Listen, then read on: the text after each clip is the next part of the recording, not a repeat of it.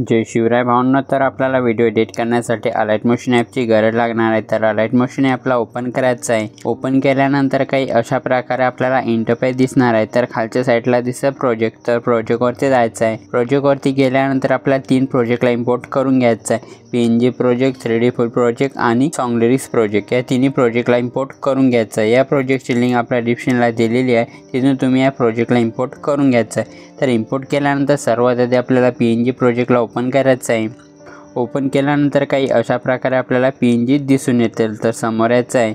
समोर आल्यानंतर PNGला रिप्लेस करण्यासाठी फोटोवरती जायचं आहे। फोटो PNGवरती जायचं आहे। PNGवरती गेल्यानंतर कलर फिलवरती जायचं आहे। गेल्यानंतर आपल्या फोटोला रिप्लेस करून घ्यायचं आहे।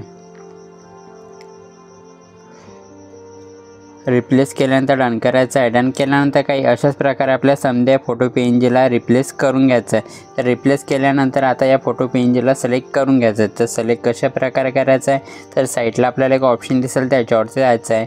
त्याच्यावरती गेल्यानंतर सिलेक्ट ऑल लेअर करून घ्यायचं आहे। केल्यानंतर या लेअरला कॉपी करून घ्यायचं आहे। कॉपी केल्यानंतर बॅक यायचं आहे।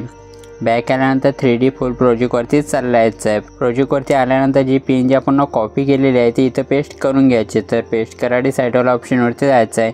ऑप्शनवरती गेल्यानंतर पेस्ट लेअर करून घ्यायचं आहे।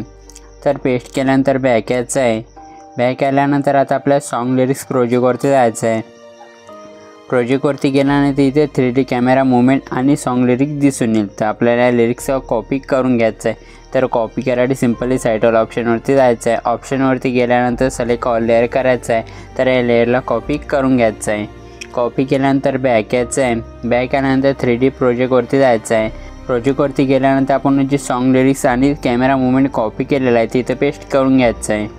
पेस्ट केल्यानंतर आपला जी कॅमेरा मुवमेंट आहे त्याला ऑन करून घ्यायचं आहे। तर ऑन करण्यासाठी साईडवाला ऑप्शनवरती जायचं आहे। ऑप्शनवरती गेल्यानंतर कॅमेराला ऑप्शनला इनेबल करून घ्यायचं आहे। तर इनेबल केल्यानंतर डन करायचं आहे। डन पेस्ट केल्यानंतर बघू शकता काही अशा प्रकारे आपला 3D व्हिडिओ बनून झालेला आहे। तर व्हिडिओला सेव्ह करून घ्यायचं आहे। तर व्हिडिओला सेव्ह करण्यासाठी वरती दिसेल आपल्याला शेअरवाला ऑप्शन, त्याच्यावरती जायचं आहे। त्याच्यावरती गेल्यानंतर एक्सपोर्ट करून घ्यायचं आहे।